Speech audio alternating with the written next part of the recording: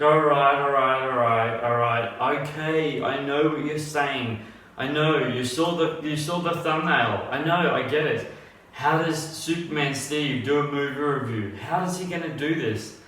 Rule number 1 of Fight Club, you do not talk about Fight Club. And what's rule number 2? You do not talk about Fight Club. So just keep watching. Anyway, the Fight Club synopsis: an insomniac office worker and a devil-maker soapmaker form a fight club underground that evolves into something much, much more. Hey guys, and welcome to my new movie review for the 1999 movie Fight Club, rated a very, very, very heavy R, and the duration of Fight Club is 2 hours and 19 minutes. Directed by David Fincher, starring the one, the only, the great Brad Pitt, who plays Tyler Durden, and Edward Norton, who plays the narrator, and literally the narrator as like the whole film. Oh my gosh.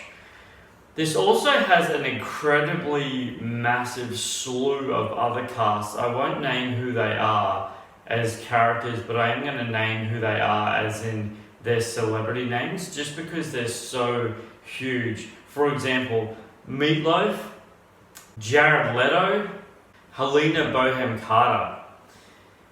Guys, this is one of those movies that as I was watching it, I really thought to myself, I'm really interested to know if anyone who is born from 2000 onwards has even any knowledge of this film. The reason why I say that is because this movie holds such a ridiculously powerful, iconically amazing rewatchability to it. Rewatchability to a movie is something in film that is so imperative. There's no point, if you really think about it, in making a movie this ridiculously iconic and not having the power behind it to ever want to watch it again. In fact, I was rewatching this. I watched half of it last night and then I finished the rest of it this morning. And rewatching it, I kept thinking to myself over and over and over, I want to see a movie made the same style as this, but not a sequel. Because the way this begins and the way this ends, it's so ridiculously, it's like the middle section of this movie is so amazingly, it just takes you in.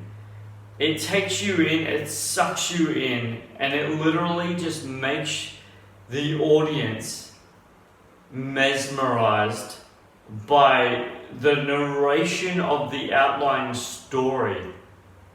This is in every way, shape or form one of the most spectacularly brilliant masterpieces in cinema. It seriously is. Guys, this movie stands the test of time. It sets a precedent benchmark for film because of the editing, especially the character cast chemistry. That is so vital to this movie. Now, I want to give you not so much, I guess it's trivia, I guess it is, but things that are so easy to miss in this film that if you literally blink, you will completely miss it. There are several stages of this film before Tyler Durden actually comes into the film, aka Brad Pitt, before he actually comes into this film, where you literally get literally flashes scenes of him in this film. It is incredible at how well they did that. And as I said, it's at the beginning of the film. If you don't pause it at the exact right moment, you'll miss it. You'll completely miss it. In fact, not knowing it, you won't even know it's there at all, ever, because it's that fast. It is that fast. Now, I want to talk about a scene really quickly.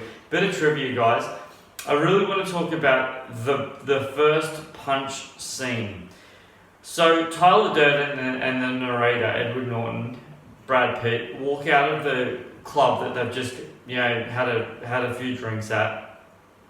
They walk out of the club and they're psyching themselves up. Brad Pitt's psyching himself up. Yeah, all right, let's do this. Woo! He's on a roll. He's ready to go. He's ready to do it. He's ready. He's got a bit of adrenaline in him. And he turns around to Edward Norton, aka the narrator, and he says, "All right, I want you to hit me." He's like, "Wait, what? Wait, what?" He goes, "I want you to hit me." Like, dude, back up. Why? What do you want me to hit you for? 'Cause, I don't know, have you ever been in a fight before? He's like, "No, never in my life." Yes, me neither. "Come on, I want you to hit me." Now, I want to tell you something. The reason why I'm going into this scene, I want to explain something to you. In the trivia, it actually says that just before they shot the scene, David Fincher pulled the narrator, aka Edward Norton, aside, and he said, all right. I really want you to hit Brad. I was like, wait, what? Punch him right in the ear. Dude, are you kidding me? And that's why, if you slow the scene down and watch it slowly, like, not kind of frame by frame, but I guess frame by frame. Fun fact, this film is not filmed on digital. Boom! This film came out when film was still a thing, guys. Digital wasn't even a thing back when this movie came out. Get your head around that. And now, obviously, I own it on Blu-ray, but this film is actually filmed on film. Film, as in real film. So what he does is they stop the scene, and if you see it frame by frame, you actually see Edward Norton, aka the narrator, laughing in the background because he literally just punched Brad Pitt in the ear. Literally. Buzz! That punch in the scene is completely real, it's completely authentic, and Edward Norton is literally trying to stop laughing at him. Another scene that I want to talk about in the trivia of this movie, guys, was mind-blowing to me. Ridiculously mind-blowing. When the water squirts on the camera actually shakes a little tiny bit, and it's because the actual camera guy could not hold his laughter. He was laughing that hard. How crazy. Oh my gosh. So I'm going to give you a little trivia at the end, guys, but I want to talk to you a little bit more about this film before I tell you some more trivia.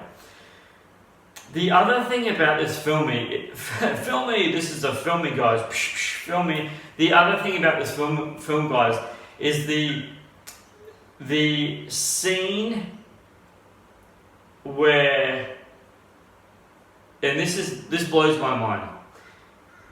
The reason why it's not a making love scene is because it's actually not. It's not. In the trivia, a little bit more trivia. I'll tell you more later though. There's a bit more trivia. You actually see what it looks like Brad Pitt is making out with the lead girl of this movie, right? But they're actually not. What they did with that scene is later on down the track, David Fincher, got Brad Pitt and the chick to just do weird facial expressions in front of the camera, just weird expressions, and then he literally cut and pasted. Remember, this is still on film, guys. This movie is on film. This would have taken him so long to mash together. You have literally no idea. Oh my gosh. So what he tried to do is he tried to get the imagery of their faces and stuff like that to look like something was actually happening, and that's not even their real bodies laying in bed naked together. It's just like a photo of two people sitting on top of each other, but probably doing it, but sitting on top of each other like that, and the facial expressions are just them just going like that. So they did that, wasn't even a legit scene, nothing like that. Where this movie gets its R rating, guys, is the blood. Because blood literally is what makes a movie R rated. Like literally, MA 15 plus, if there's blood, people don't want to see that. People don't want to see blood. It's just not something that you go, you're going to go to the movies today? Sweet, let's go see some blood. It just doesn't happen, guys. It just doesn't happen. Seriously. As I said at the beginning of this movie review, guys, this movie stands the test of time. It really, really does.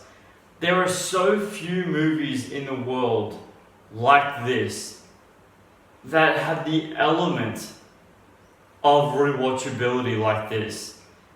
When you watch this movie, you'll understand when people say, you do not talk about Fight Club.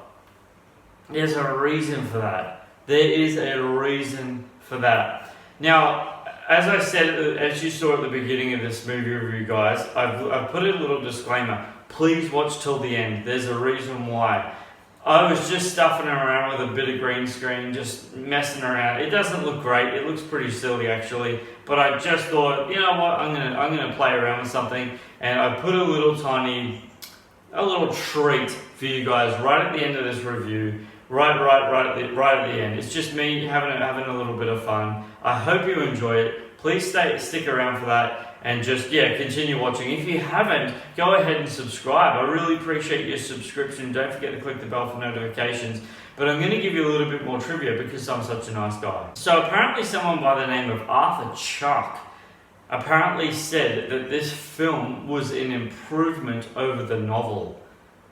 It doesn't matter who you are, guys.